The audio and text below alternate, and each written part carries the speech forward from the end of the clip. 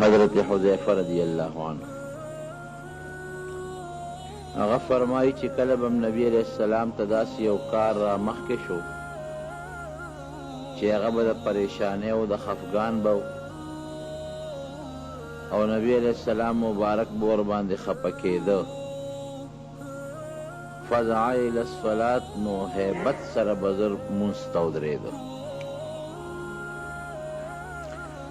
الله ته به رجوع کړه او مانځه باندې به ودرېد نن سبا اکثر ملګري دا شکایت کوي چې رد فلان کې مشکلات دي فلان کې مشکلات دي څوک د مقدمې نه فریاد کوي څوک د دشمن نه فریاد کوي څوک د مال او دولت د کمی فریاد کوي څوک د تجارت فریاد کوي دنیا کې چې سړی اوسېږي نو دا مشکلات او مصیبتونه انسان ته خامخا راځي لیکن داسې نه ده چې د دې حل ني د هر یو تکلیف او د مصیبت او د پریشانۍ حل شته او د ټولو آسان علاج ما چې کوم حدیث پاک درته ولوست په دې کې دی چې کلم درته پریشانی راشي تکلیف راشي مصیبت راشي بیماری راشي مقدمه راشي تجارت ته تاوان شي کاروبار کې فایده نی فوراً لاړ شو الله ته ودرېږه مونځ وکړه تهجد وکړه نفلونه وکړه دا د نبی کریم صلی الله علیه وسلم مبارک طریقه وه اذا حزبه امر فزع الى الصلاة چې یو کار به پریشانه که یو مصیبت به راپیښ شو نو زر به منډه کړي فوراً به لاړه و الله ته به مانځه ته ودرېده حضرت عائشہ صدیقه رضی اللہ عنہا فرمائی چې یو ځل نبی علیہ السلام مبارک راغی ماسخوتن چې بستر باندې سم لاس نو فوراً پاسېده اودس یې وکړ او د اودس نه پس په مانځه ودرېده مونځ یې شروع کړ ولاړ دی اوږد قیام کوي او پکې جاړي بیا رکوع له لاړ په رکوع کې هم ژړل د رکوع نه چې سر مبارک راپورته کړ بیا یې ژړل چې سجدې له لاړ بیا یې ژړل بیا په دویمه سجده کې ژړل ټوله شپې دا مونځونه وکړل ولاړ به او جړا به یې کوله تر دې حده پورې چې حضرت بلال ورته راغی وی صیب د مانځه وخت یې د سهار مانځله راځه وی ما پې رحم راغی او په نبی علیہ السلام خفه شوم چې خدای څه چل شوی دی ټوله شپه په مانځه ولاړه او بیا په مانځه کې جاړه ما ورته وی چې د الله رسوله تا ته خو الله مخکې وروستو هر څه بخلي دي نو دا دومره تکلیف دی په ځان ولې تېر کړه چې ټوله شپه الله ته ودرېدی او عبادت دې وکړه او دې ژړل وی فرمایل چې ښه نو الله راته مخکې وروستو هر څه معاف کړل افلا اکون عبدا شکورا نو بیا خو پکار دی چې د دې نه زیات عبادت وکړم او د الله د دغه نعمت شکریه ادا کړم دا زمونږ د حضور پاک مبارک حالت دی عائشہ صدیقه رضی اللہ عنہا فرمائی یو ځل راویښه شوم د شپې نبی علیہ السلام نشته تیاره و لاس مې وتپه کوټه کې نو ویرېدمه چې هسې نه چې ته څه تکلیف ورته څوک ونه رسوي جومات ته راووتم تیاره و په جومات کې مې چې لاس تپه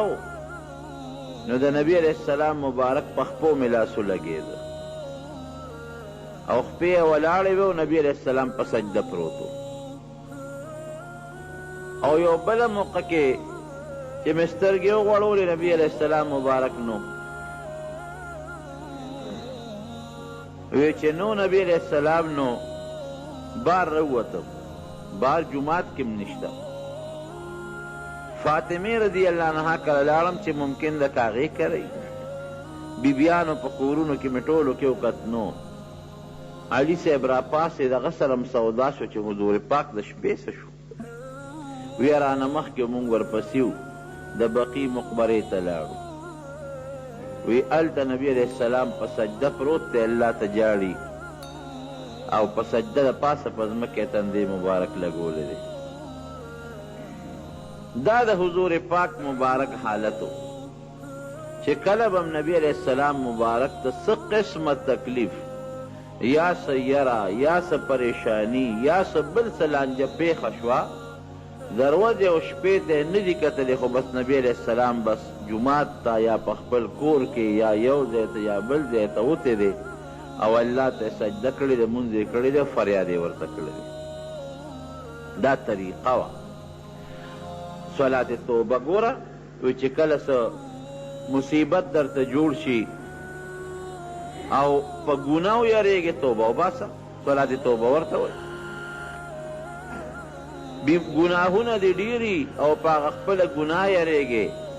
صلات تسبیح کوه، د هغې مونځ یې درته ښولی دی. چې د سفر نه به کله نبي علیه السلام واپس راغی، لومبي به جومات ته ننوت، مونځ به یې وکړ،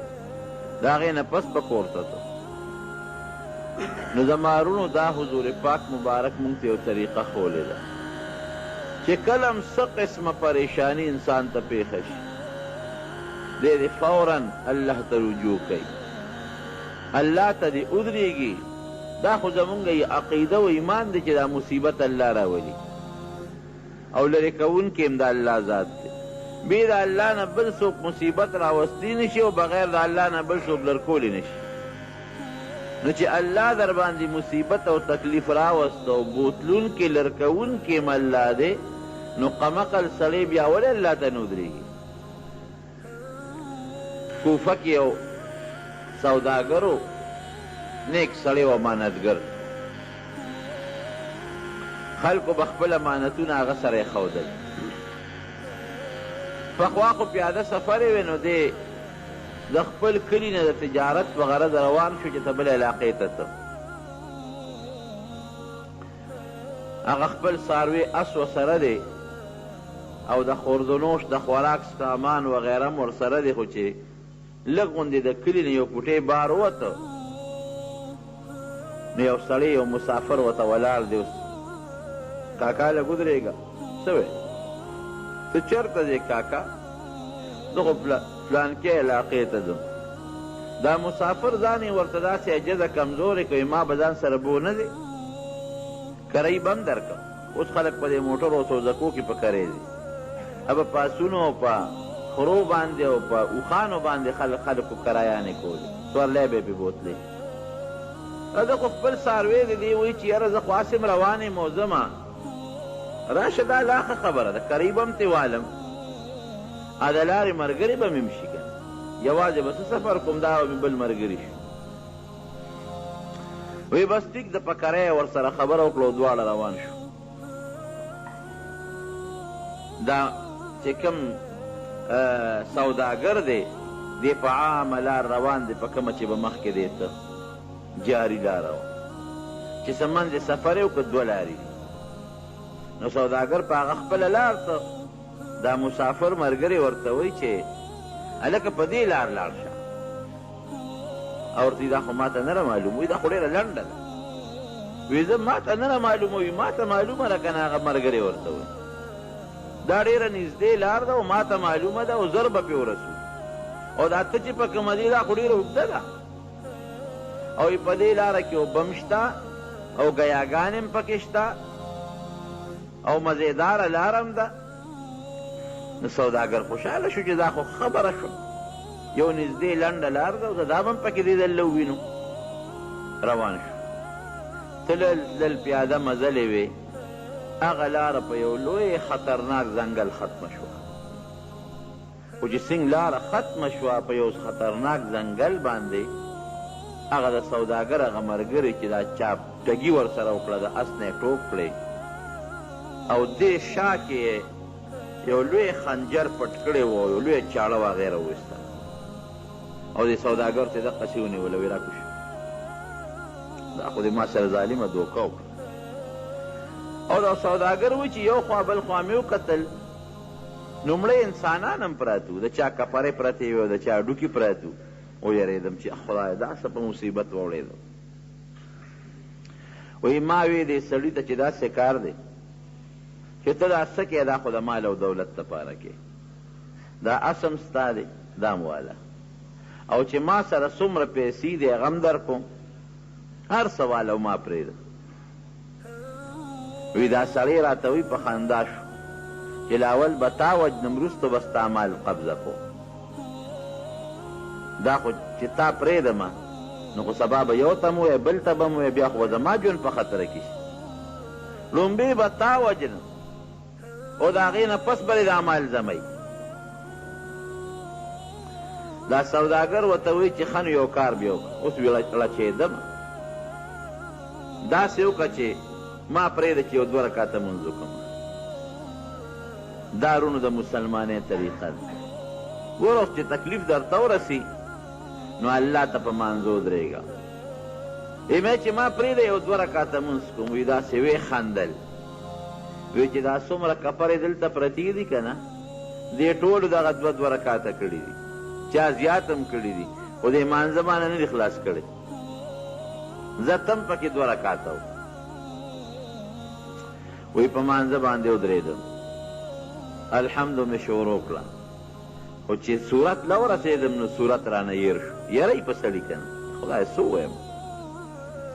وی اتفاقا یو آیات مې خولې له راغی د قرآن شریف داسې یو آیات چې د دې موقع سره پوره مناسب آیات و امن یجیب المضطر اذا دعاه امن یجیب المضطر اذا دعاه چې یو سړی په پریشانۍ او په تکلیف کې مبتلا شي دغه پریشانۍ او تکلیف والا به د دې تکلیف نه څوک خلاصوي بې د الله د ذات نه بل څوک شته چې ته خلاص کړي نه وی دا آیت را باندې دا شی بند کوئ ابن ازلي دا له په دماغ پریشاني جوړه غرار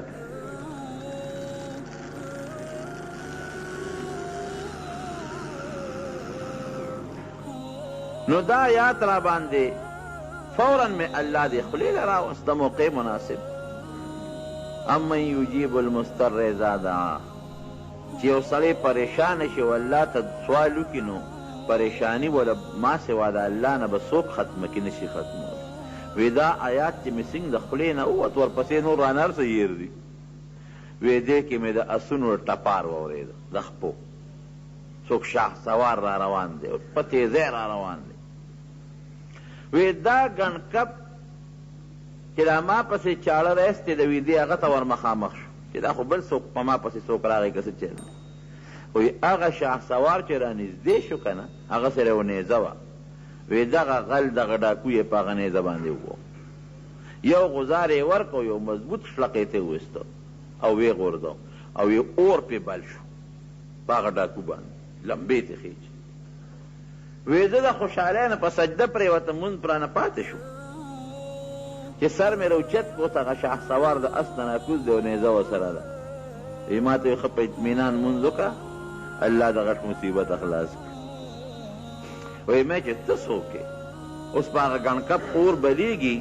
لمبي دي پې مردار پروت دی وی ما ته وی چې زه د دې آیات امن یجیب المضطر اذا دعا د دې غلام یم تا چې کله په مانځه ودرېدې الله ته دې رجوع وکړه نو د اسمان د الله د اسمانونه وجړقېدل وی مونږ وی چې څه ناشنا کار خو پېښ وی چې بیا دې صورت شروع که سوره فاتحه او دا آیات ته وی چې امن یجیب المضطر وی الله فرشتو ته اعلان وکړه چې فلانکي ځای کې زما یو بنده دی او ما ته فریاد وکړه څوک به ور ورسي وی ما وی چې الله ما له اجازت راکړه او زه وررسم امداد یې کوم نو تعالی دا آیات د خولې نه خلاص کړی نو چې زه امداد لره ورسېدم زه فرشته یم او د دغې آیت غلام یم واقعي رونو زمونږ عقیده بدی او زمونږ ایمان بدی چې مصیبت راوستونکي الله دی او لرې کوونکي هم الله دی او د مصیبت نه بغیر د الله نه بل څوک خلاصولی نشي او الله ته د رجوع کېدو او الله ته د مخامخ کېدو د فریاد بهترینه طریقه منځ دی منځ. الله پې ډېر خوشحالېږي. محمد ابن سیرین یو تابعی دی، لوی عالم دی، او وی که الله پاک د قیامت پر ورځ ما له اختیار راکړي چې منځ کې او که جنت ته ځئ، کم یو دی خوښ دی؟ وی زه به یم چې الله 2 رکعته منځ کوم، جنت ته نه ځم. شاګردان ورته وایي ساده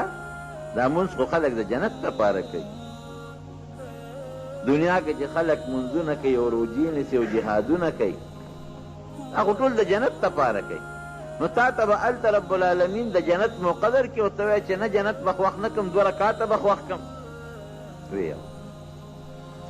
وی دا ځکه چې جنت زما د خوشحالۍ شی دی، زه پې خوشحالېږم، او په 2 رکعته مونځ الله خوشحالېږي. نو خپله خوشحالي به وروسته کړم او د الله خوشحالي به مخکې کړم. نو چې څوک الله خوشحالوي اچت هم نه خفه کېږي. نو مونځ د الله د خوشحالۍ شی دی. زمونږ صحابه کرامو ته چې کله هم تکلیف پېښ دی، دقسې یو تکلیف زید ابن حارثه رضی الله عنه ته پېښ شو په یو موقع. د طائف ته سفر روان و، د عرفات نه بعد مصیبت ورته پېښ شو، غله او ډاکوان ورته پېښ شو. چې پېښ شو نو هغه غل ډاکونه یې سوال وکړ، وی ما له یو موقع راکړه،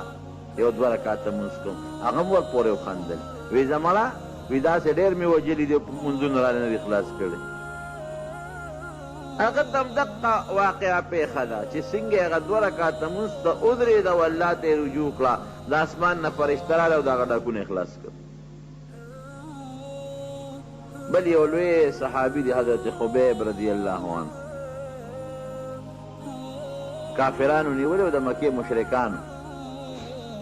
او د مکې مکرمې نه بار یې وویسته تنعیم ته چې دا کوم ځای نه اوس خلک د عمرې نیتونه کوي، هلته یې وویسته. او یو لوی لرګي یې ورته ښخ کړی په سولیکه یې میخونه یې وله په وجود ټکوال. او ورته څه وایي؟ وی ما له د یو 2 رکعتو مونځو موقع راکړه، 2 رکعته مونځ یې وکړه. خو هغه په دې خیال ونه کړه چې د دې کافرو نه خلاص شم. هغه وی راشه د دنیا اخري وخت چې الله ته په رجوع تېره کړم، په مانځې تېره کړم. وی 2 رکعته مونځ مې وکړ او بیا مې کافرو ته بیا مخ ور واړو. دا یو کافر په هغه موقع ولاړ، وروسته مسلمان شو په خپله وی. وی چې مونځ یې وکړو مونږ ته یې مخ را واړو، وی یاره ډېر زیات خوند یې مونځ راکړ. تاسو به وایئ چې د مرګ نه یېرېږي، ګنې اوس به مې دا مونځ لږ اوږد کړی دی. دا لنډ مې ځکه وکړو چې تاسو په ما دا ګمان ونه کړئ چې دی ګنې د مرګه یېرېږي. نو زما وروڼو مونځ الله ته رجوع ده په هره موقع باندې. څه قسمه پریشانی یا تکلیف چې انسان ته ورسي او دې اسان او نږدې حل غواړي چې د دې پریشانۍ او د تکلیف نه په اسانه ما الله خلاص کړي، د مانځه نه بهترین عمل بل نشته دی. او بیا د شپې مونځ، هغه وخت کې مونځ نبی علیہ السلام فرمایي چې الله پاک انسان ته ډېر زیات خوشحالېږي په هغه وخت کې چې خلک ودي او دې پاسې الله ته ودرېږي او په فرشتو فخر کوي چې تاسو خو وی چې د انسان مه پیدا کوه، دی به وینې تویې او فسادونه به کوي، دا د ګوره نور مخلوق اوده دي او د ګرمه بستره پرېښوده او ما ته ودرېده او زما عبادت کوي. امام احمد ابن حنبل به د شپې 300 رکعته نفل کول، 300 رکعته نفل د شپې به یې کول. امام ابو حنیفه رحمت الله علیه به 2 رکعته مونځ کو د شپې، ماسخوتن مونځ به یې وکړو تر د سهاره پورې 2 رکعته مونځ به یې کو. په یو رکعت کې به یو ځل قرآن شریف ختمو، په بل رکعت کې به بیا قرآن شریف ختمو، 2 ځله به قرآن ختمو. 40 کاله یې د ماسخوتن په 10 د سهار مونځ کړی، 40 کاله. او علم یې څونه زیاتو، د قرآن او د سنت نه د احادیثو نه 12.5 لکه مسائل یې رایستلي، دونه رب العالمین ورته علم او پوهه ورکړې.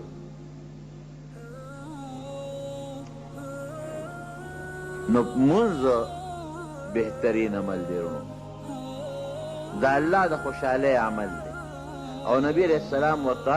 معراج المؤمن ویلی دی چې دا د مسلمان معراج دی. لکه حضور پاک مبارک چې الله تعالی او الله سره ملاقات وکړ،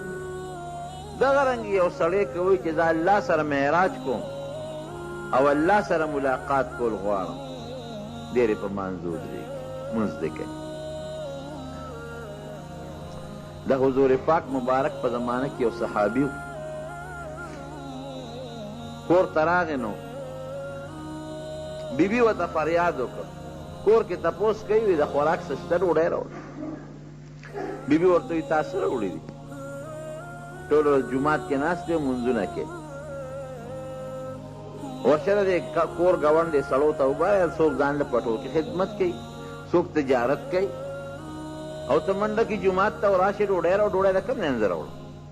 تاسو اوړه راوړي دي ما دله پخ کړي دي. دی لاړ جومات، 2 رکعته مونځ یې وکړ او د مانځه نه پس بیا کور ته راغی. ښځې ته ویې ښځې څه شته؟ او ورته تا څه راوړي دي؟ تش تور لاړی او تش رالی او څه شته؟ موږ هم نار یو، بچي دې هم نار دي. بیا لاړ جومات، 2 رکعته مونځ یې بیا وکړ. چې بیا راغی ویې ښځې د خوراک څه شته؟ ښځې پورې وخندل، ویې ته نن لیونی شوې خو نه یې؟ سړیه څه راوړه چې درله پاخه کم، نو بیا وغواړه. زه د کمې څه راوړم؟ نه خشاک شته او نه اوړه شته او نه د پخلي څه انتظام شته. دی بیا لاړ جومات. الله ته ودرېدې پروردګاره بل چل مې نه دی زده بغیر د یو کار، دقه مونځ مې زده دی، که ډوډۍ راکې هم او که نه راکې هم ستا خوښه. چې په 3م ځل کور ته راغی، وی ښځې څه شته؟ وی سړی راشي او ناشنا لوبه شروع شوې ده. وی میچن تاویږي اوړه راغورځوي، نه څه څوک شته چې پکې دانې ور واچوي او نه تاولو والا شته. اوس میچن ته خو به غنم ورچوي نو اوړه به راغورځوي، او تاولو والا به لاس تاوي نو هغه پل به تاویږي که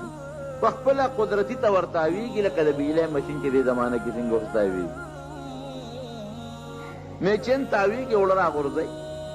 او لګیا یم چې څومره زمونږ د کور لوښي دي هغه مې ټول د اوړو نه ډک کړل. هغه پخوا چې ته یو قصه مشهوره دی، دروغ به یې خو خیر دی عبرت ته، چې هغه سړي به وایي هګۍ به د چرګې به سرو زرو هګۍ اچوله، چرګه سرو زرو نه اچوي خو یې عبرت خبره ده. ویده وي چې راشه په مرۍ وله چاړه کېده چې غونډې دي په یو ځل راوباسم. زه به روزانه یو هګۍ اچوي او چاړه وله په مرۍ کېده غونډې به دې راوباسم. یا لاړه کړه چرګ هم لاړه او هګۍ هم لاړه. نو دې هم دا سوچ کړئ چې ته راشه دا د میچنې دا پل اوچت کړه چې پته ولګي چې د اوړه دا کوم ځای نه راځي، چې ته غونډ چې ته غاري چې بس غونډې ته په یو ځل راوباسي. خو چې د میچنې د پل ګوتې یوړې میچن ودرېده، چې خو یو قطر تنور هم ودرېده. راغی نبی کریم صلی الله علیه وسلم او حضور پاک مبارک ته ټول خپله قصه وکړه. نبی علیہ السلام مبارک ورته فرمایي اخلان کی وی زما د قسم په هغه ذات چې دې دنیا ته پیغمبر را لېږلی، که تا د میچنې دغې پل له ګوتې نه وي وروړې نو تر قیامته پورې به تاوېده او د اوړه به یې راغورځول او دغې تنور به تر قیامته پورې دا ډوډۍ راغورځول. نو زمونږ د علما وایي چې دا ولې؟ وی ګوره دی چې به الله ته ودرېده نو اعتماد او یقین یې په الله و چې ماله به الله رزق راکوي. ته چې مانځه ته ودرېږې نو مقصد دې سي په الله یقین شي که خدای مقدمه مې پېښه ده یا بیماري راته پېښه ده یا تکلیف پېښ دی، نو الله ته ځکه ودرېږي چې ستا اعتماد او یقین په الله راشي چې الله به مې بچ کوي. نو د دې سړي یقین هم په الله راغی، په الله اعتماد راغی چې الله به رزق راکوي. نو ګورې رونو الله پاک په اسباب هم رزق ورکوي، خو الله په دې هم قادر دی چې بغیر د سبب هم رزق ورکوي. په دې قادر نه دی که نه؟ تېره جمعه د نبي علیه السلام معجزې مې درته بیان نه کړې. اس سبب بنو او پروردگار به رزق ورکو. یو جام اوبو باندې کې به دونه ډېرې شوې چې ټول صحابه کرام به ورباندې ماړه شو. نو بې سبب هم الله رزق ورکولی شي، په دې قادر دی. نو د دې سړي چې کله اعتماد په الله شو او الله سره یې دا خبره کلکه کړه چې پروردګار ته به دا روزي او رزق راکړې چې تا نه راکړې که نه، نو نه تجارت لازم او نه بل خوا دا الله کولی شي. خو ګورې دی په دنیا کې ځان له عادت نه دی جوړ کړی. نو چې دې څنګه راغی او د میچنې د پلې ګوتې یوړې نو هغه اعتماد یې بدل شو. دې خو یې سوچ راغی چې یاره دا غنم د کمې راځي، دا اوړه د کمې راځي. هغه چې په رب العالمین یې کم یقین و هغې نه توجه دې بل خوا شوه. دا نه چې ګنې په الله یقین ختم شو، نه اورېږه ګورم چې دا غنم د کمې یعنې هغه سبب ته یې نظر شو. نو چې سبب ته یې نظر شو نو بس الله تعالی خبر اسبابو ته پرېښوله. ظاهري کې خو بیا غنم نو سبب نو میچن بنده شو. او دا حقیقت دی. ګورې په دې مونځ کې حکمت دا دی چې ستا یقین محکم او کلک عقیده پر رب العالمین راشي. یو سړی دې ضمن کې د عبرت یو خبره درته یو سړی هغه وی چې خدای پاکه ډوډۍ دې نه راکړې که او دې خولې ته دې راله نه رادننه کړې، دې خولې ته نو شخوند بام پې ونه وه. دا پوره متوکل بای سړی خو زه وی د اوړه راکړم ځان له به پاخه کړم. ادې وی نه اوړه پخلی خو څه کوې چې ګوتې به هم ورته نه ښکته کومه چې دې خولې لی راله راوړې. نو دونه امتحانونه به الله سره نه کوي. الله دا کار کولی شي، دا ده چې نه شي کولی. چې کوم سړی په کټ کې مریض پروت دی دله دې خولې له دا ډوډۍ څوک رسوي؟ الله یې رسوي که بل سړی ورته مجبوره کي هغه خدمت ته یې راولي او دې خولې له ورته نوړی اوچتوي. خو نه د امتحانونه په الله باندې کوي. ده وی داسې کو الله وی ورېږه زم در سره دا چل کوم. لاړ د خپل کور وطن نه که دلته غواړه دلته یې خو ښځه به راله خولې له ډوډۍ راوړي، بچي به یې راوړي. دلته یو دشته کې ځان له یو جونګړه جوړه کړه د دریاب په غاړه باندې و، هغې کې تېره شو. او بس ناست دی الله ته هم په دې سوچ دی چې خدایه تا ماله خوراک دې خولې له نه راوړې که نه، نو شخوند به هم پرې نه وه. که دې مخکې مې پروت یم مې نه راوچته. یو ورځ پرې تېره شوه، دویمه پرې تېره شوه، نارې پرې تېرېږي. د شپې چې ته دغه علاقه کې غلو غلا وکړه، چې غلی څنګه وکړه نو پې باران شو. هغې رالل دې جونګړې له د هغې خیال نه چې دې کې لا سړی دی. زه خو جونګړه د چا ځان له جوړه کړې ده، سړی به کور ته تللی جونګړه به خالي پرته وي. نیغ رالل په دا جونګړه ورننوتل، چې ننوتله اوس دې پکې پروت دی. هغه له هم یارېدله او بیا وایي چې دا سړی هم په دې جونګړه کې پروت دی، څوک عبادت په ځان لګوي را پیسو. هغې ځان له هغه چې کوم خوراک مراک غلو په هغه کلي کې غلا ملا کړې وه، خوراک مراک یې ځان له برابر کو. باران دی او زول طوفان دی، دلته به ځان هم ماړه کو، طوفان به ودرېږي زو به ده ته وایي ته مه خوره، دله ورکوي. چې دله خوراک ورکوي نو دی خوره که نه نو دی ګوتې او خبرې هم نه کوي. او وایي چې د غلو کوم مه شروع که نه. هغه وایي داسې کار دی چې دا سړی یخنۍ والی دی، د ژمي دی سختې هوا والی دی او دا ناجوړه دی.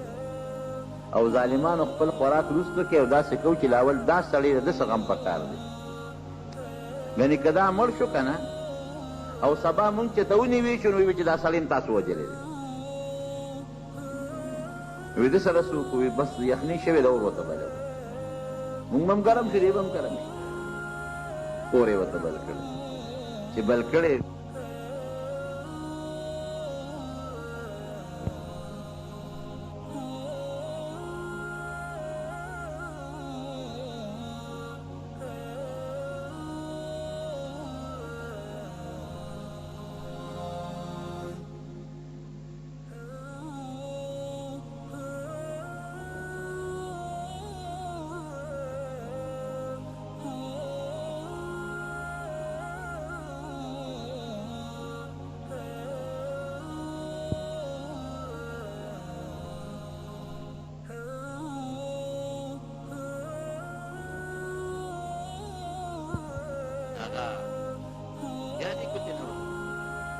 بل وایي چې داسې کار چې دا خوراک موږ هم پخ کړی دا خو تیار کلک شی دی نرم حلوا وله پخو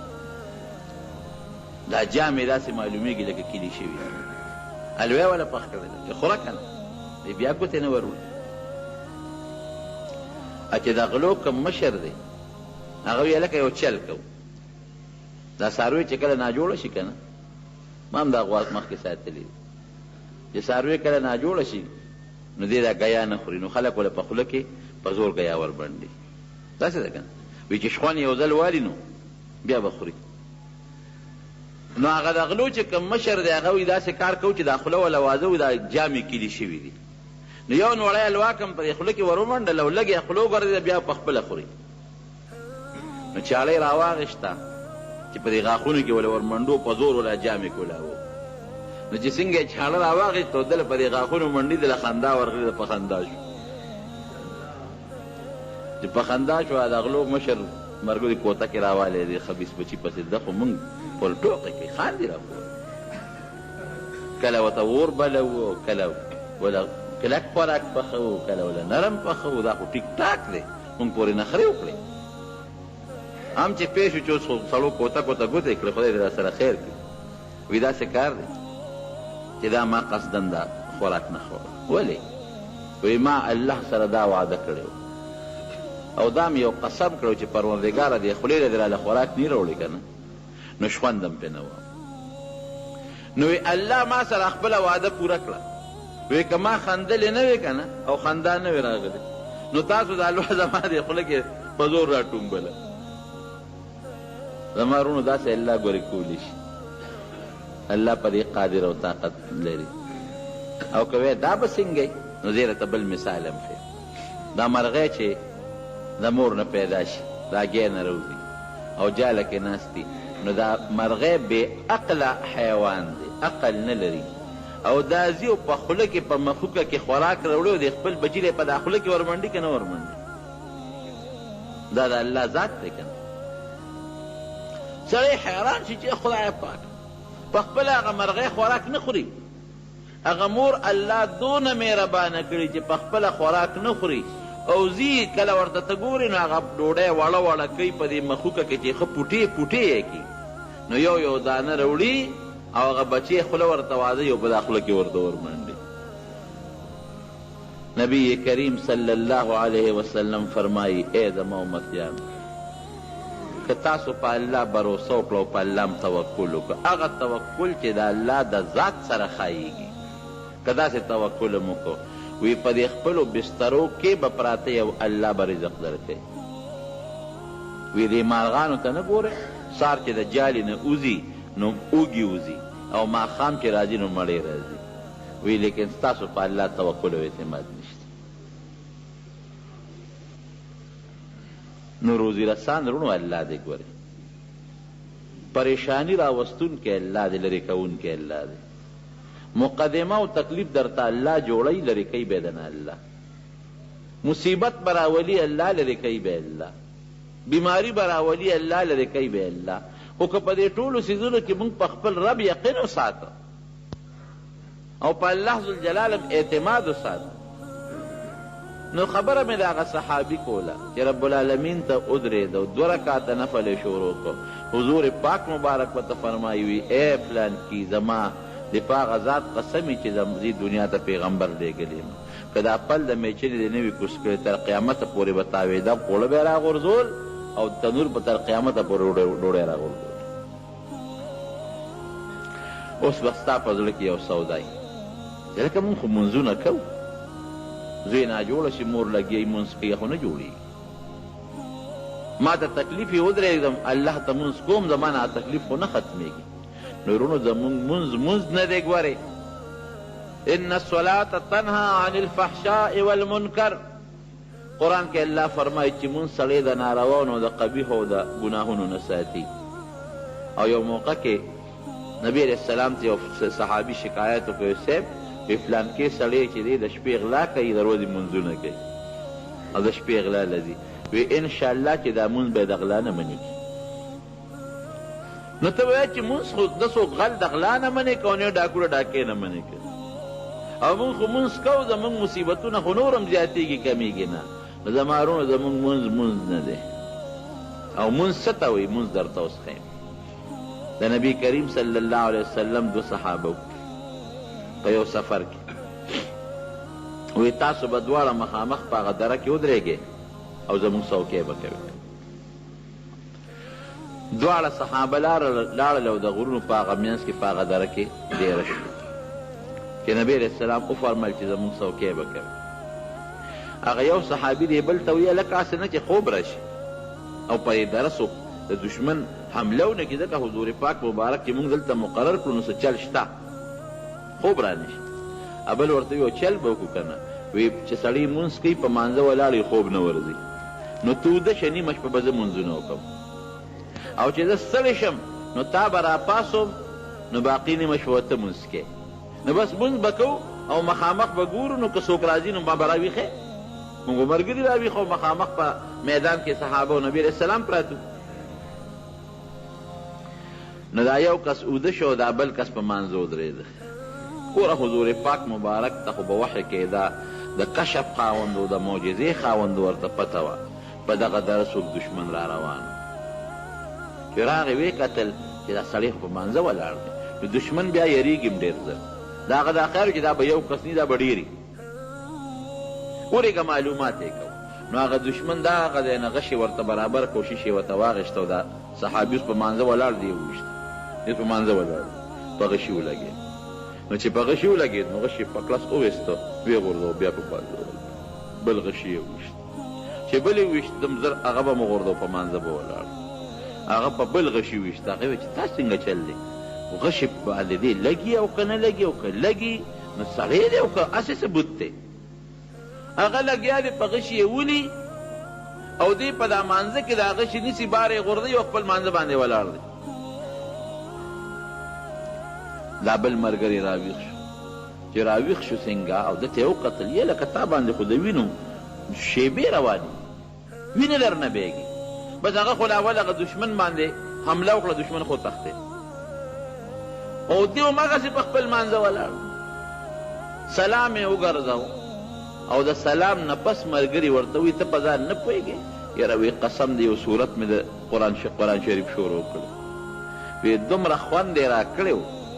او دومره په خوند هغه صورت د قرآن شریف مې و چې نه په دا غشي پوه شوی یم او نه په دا درد پوه شوی یم او نه په دا وینو پوه شوی یم مونځ دې ته وایي عبدالله ابن زبیر رضی الله عنه په خپل کور کې په مانځه ولاړ بچې ورسره خوا کې پروت دی په بستره چېرته د بره ناخو د کجورو چتونه او کچا دیوالونو چېرته به مار برد ختلی دی او هغه د دې زوی په دې خېټه را پرېوت د دوی په خېټه چې څنګه مار را پرېوت زوی چغې کړ چې مور یې وکتله مور یې هم چغې کړه او دې په مانځه ولاړ دی عبدالله بن زبیر رضی الله عنه او مور یې په هیبت بار ووت او چغې کړه خلک راشئ مار دی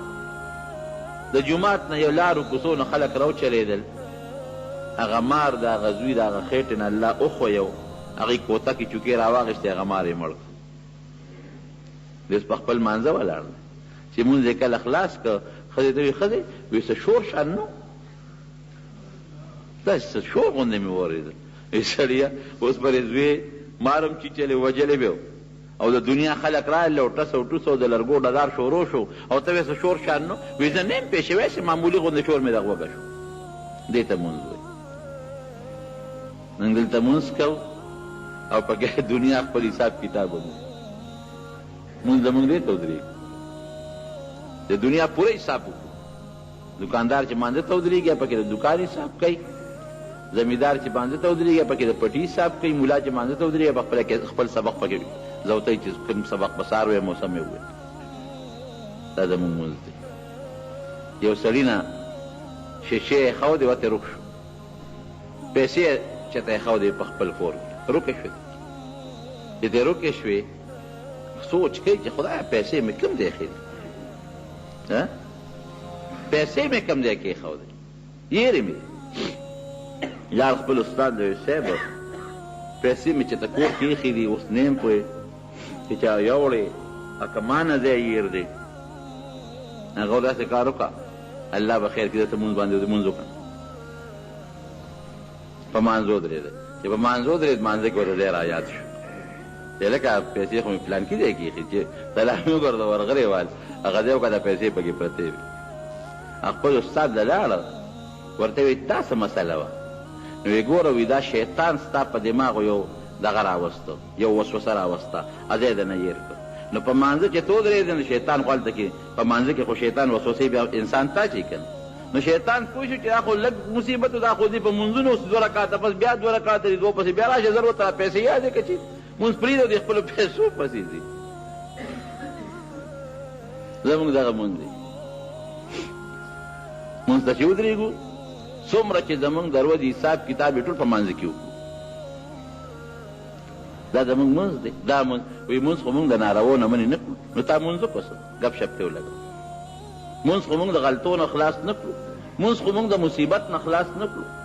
مونږ خو مونځ کوو تکلیفونه خو نور هم زیاتېږي تا مونځ کړی دی رښتیا وایه مونځ دې ته وایي حضرت ابو هریره رضی الله عنه عمر د نبی علیه السلام سره لږ تېر کړی و څه 3.5 کاله تقریبا او احادیث د نبی علیه السلام نه 5315 یا تقریبا نقل کړي دي نو بعض صحابه به په داسې لږ غوندې طنز غوندې کوه وایي ستا وخت لږ دی د نبي علیه السلام سره او دونه احادیث تا د نبي علیه السلام نه نقل کړي دي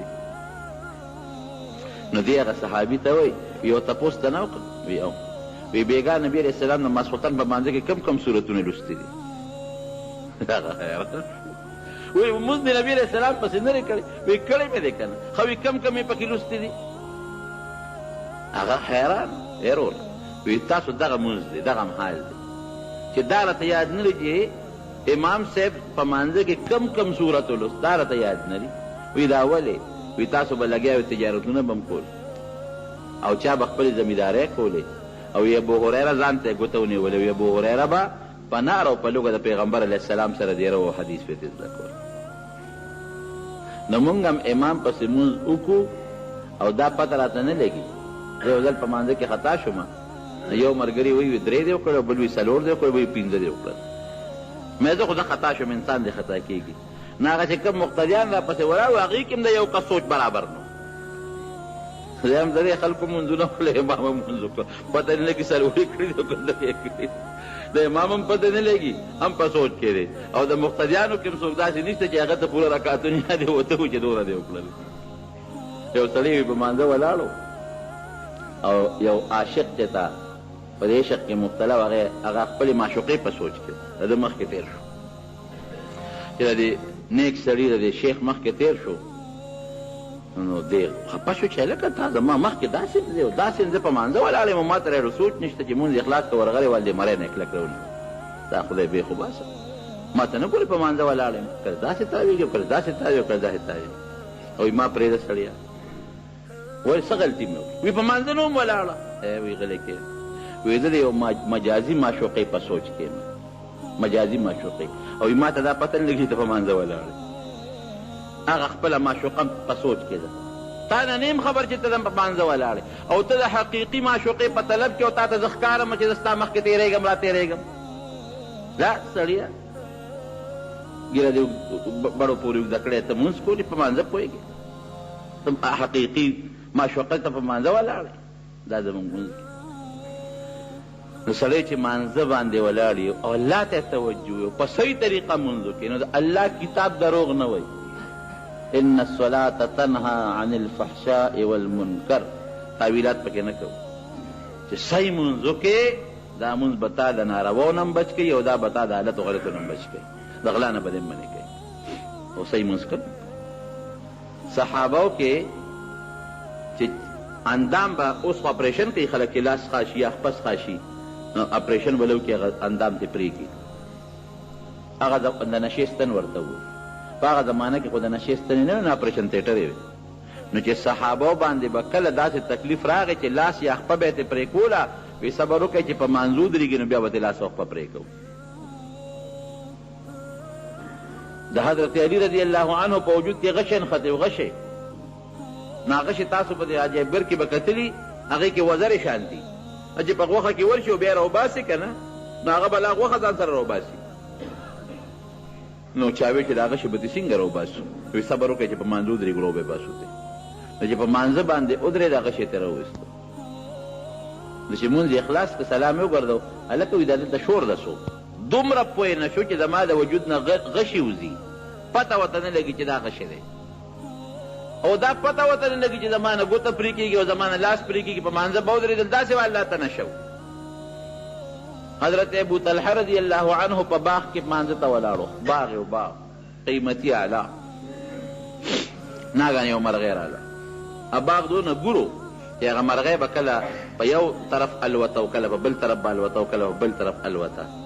دونه ګورو هغه باغ چې هغه مرغۍ لار نه مونته چې زه د دې باغ نه وځم دی ورته په تماشه شو خوشحاله و چې داسې خشته باغ مې دی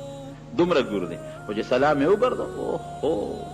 دې باغ خو زه د مانځه نه وویستم خشوع خضوع یې راله خرابه کړه فورا یې د الله په نوم هغه باغ وقف کړ چې کوم باغ زما د الله په منځ کې رکاوټ پیدا کېږي او زما نه منځ خرابوي دا باغ د الله په نوم وقف. نو کان رسول الله صلی الله علیه وسلم اذا حزبه امر فزع الى الصلاه د حضرت حذیفه ابن الیمان رضی الله عنه حدیث دی چې کله به نبی علیه السلام مبارک ته څه قسمه پریشانی پیښه شوه مانځه ته به ودرېده. حضرت عباس ته نه وایي کاکا راشه یو شی راته ښیم داسې څیز چې راته لس قسمه ګناهونه معاف کړي الله نو صلای تسبیح یې ورته بل صحابي راغی وایي صاحب ګناه مې کړه صلای توبه یې ورته خو چې څوک نبي علیه السلام ته راغلي او د پریشانۍ شکایت یې کړی دی بل یو صحابي راغی وایي صاحب ګناه مې وکړه وایي غرق شم تباه شم هلاک شم وایي ولې وایي بس یو خطرناکه ګناه رانه وشو غږ یې ورته ونه کړو مونځ یې وکړو سړی بیا راغی وایي صاحب ګناه سره بس وکړم وایي مونځ یې مونږ سره وکړه که نه وایي بس چې مونځ یې وکړ څه معاف شو که مونځ بهترین عبادت دی الله ته ولاړه ده او د مسلمان د خپل پروردګار سره معراج دی معراج. حضرت ابو بکر صدیق رضی الله عنه په مکه مکرمه کې کافرو تنګ کړ ډېر زیاتې تکلیف کې کړ نو هجرت یې کو نو یو کافر دی په مکه کې هغه وله راغی ابو بکر څه کوې وایي ځم حبشې ته وایي حبشه کې څه کوې وایي بس د مکې نه تختم هجرت کو ولې وایي دا خپل قوم مې نه پرېږدي راځه سړیه ولې به نه پرېږدي زه د لامن در کوم راوسته کور ته یې دننه کو په مکه کې اعلان وکړ او د مکې سرداران یې ټول راغونډ کړل وایي ګوره ابوبکر خو ډېر ښه سړی دی شریف انسان دی زموږ د قوم سړی دی تاسو ولې دې تنګوئ پرېږدې دې پوه شو خپل دین یې پوه شو خپل عبادت یې پوه شو. هغه سرداران د مکې وایي ورته د ابن سعنه ته چا چې امان ورکو وایي داسې کار دی چې موږ دته غږ نه کوو خو د یو کار شروع کړی دی دې روز یو د خپل کور مخکې ځان له یو جوماتګۍ جوړ کړی دی هغه د کور مخکې ځان له یو رکوټ چبوتره جومات جوړ کړی او دې کې مونځ کوي او قرآن شریف په زوره تلاوت کوي نو زمونږ بچي راشي ورته ولاړي زمونږ ښځې راشي ورته ولاړي او چې ابوبکر صدیق په تلاوت کو نو ده به ژړل او رښتونی تلاوت هم دقه دی چې سړی ورسره وژاړي او نبي علیه السلام فرمایي چې تلاوت سره وژاړه که جلا نه درځي نو په زور ځان په ژړا کا ژړغونې کا ځان وی دې جاړي زمونږ بچي او ښځې ورته ولاړي نو مونږ یېرېږو چې هسې نه زمونږ ښځې او بچي د مسلمانان نه شي نو مونږ ابوبکر ته غږ نه کوو ځه چې تا امن ورکړه مونږ هم امن ورکوو خو په دې شرط چې دی به دا خپل مونځ کور کوي بار به نه کوي. ابن سعد راغی ابوبکر صدیق رضی الله عنه ته وایي چې صاحب بس داسې کار دی چې ما د امن واغېست څوک به راته غږ هم نه کوي خو ته مهرباني وکړه دا خپل مونځ په خپل کور کې دننه کوه ټیک شو. څو ورځې حضرت ابوبکر خپل مونځ به کور کوه خوند یې ورنه کوي بار راووت بیا هغه خپل جومات کې لارې په غاړه یې ځان له چبوتره جوړه کړې په مانځه به ولاړو او په زور زور به تلاوت کو او جړل به هغه کافر چې څومره هغې هغه خپل ملګري کافر ته ورغلل وی ګوره تا ابوبکر له امان ورکړ او موږ ستا په وجه دې پرېښود هغه د هغه خپل شرط خلاف ورزي کړې ده او بیا بار راوترې مونځ کوي او زمونږ بچي چې په لاره ځي ورته ولاړي زمونږ ښځې ورته په لاره ولاړي مونږ یېرېږو هسې نه زمونږ بچي او ښځې په فتنه کې پرېونه ځي اسلام ته به فتنه وي دا مسلمانان نه شي یا خو ابوبکر ته وایه چې دا مونځ خپل کور کوي او یا ته خپل امان واپس واله مونږ پیشه ابوبکر پیشه مونږ یې ښکاره مونځ ته نه پرېږدو پټ دی کوي. هغه کافر راغی ابن سعنا ابوبکر ته وایي چې ابو بکر ګوره تا سره ما شرط ښودی او تا د شرط خلاف ورزي وکړه بیا دې بار مونځ شروع کړو تلاوت په زوره زوره کې او کافر دې دې ته نه پرېږدي نو داسې مهرباني وکړه چې یا د ما شرط ومنه خپل کور مونځ کوه او یا ما ته خپل امان واپس کړه ته پرېږه او کار دې پرېږه ابو بکر ورته څه وایي وایي تا ته ما خپل امان واپس کړه ما له د الله او رسول امان کافي دی اره کافي دا مونځ نه پرېږدم هم هلته د کور مخکې دروازې مخکې د جومات کې به ولاړو مونځ به یې کوو په زور به پکې تلاوت کوو زمارونو مونځ نه بهترین عبادت بل نشته او بیا د شپې مونځ چې تهجد ورته وایي حضور پاک مبارک په رمضان کې عایشه صدیقه فرمایي ټوله شپه به عبادت کوو مونږ به هم پاسولو چې عبادت کوئ او دا ړومبۍ شپه چې به اعتکاف ته کېناسته نو ماسخوتن نه تر سهاره پورې به یو شان ولاړو مونځ به یې کوو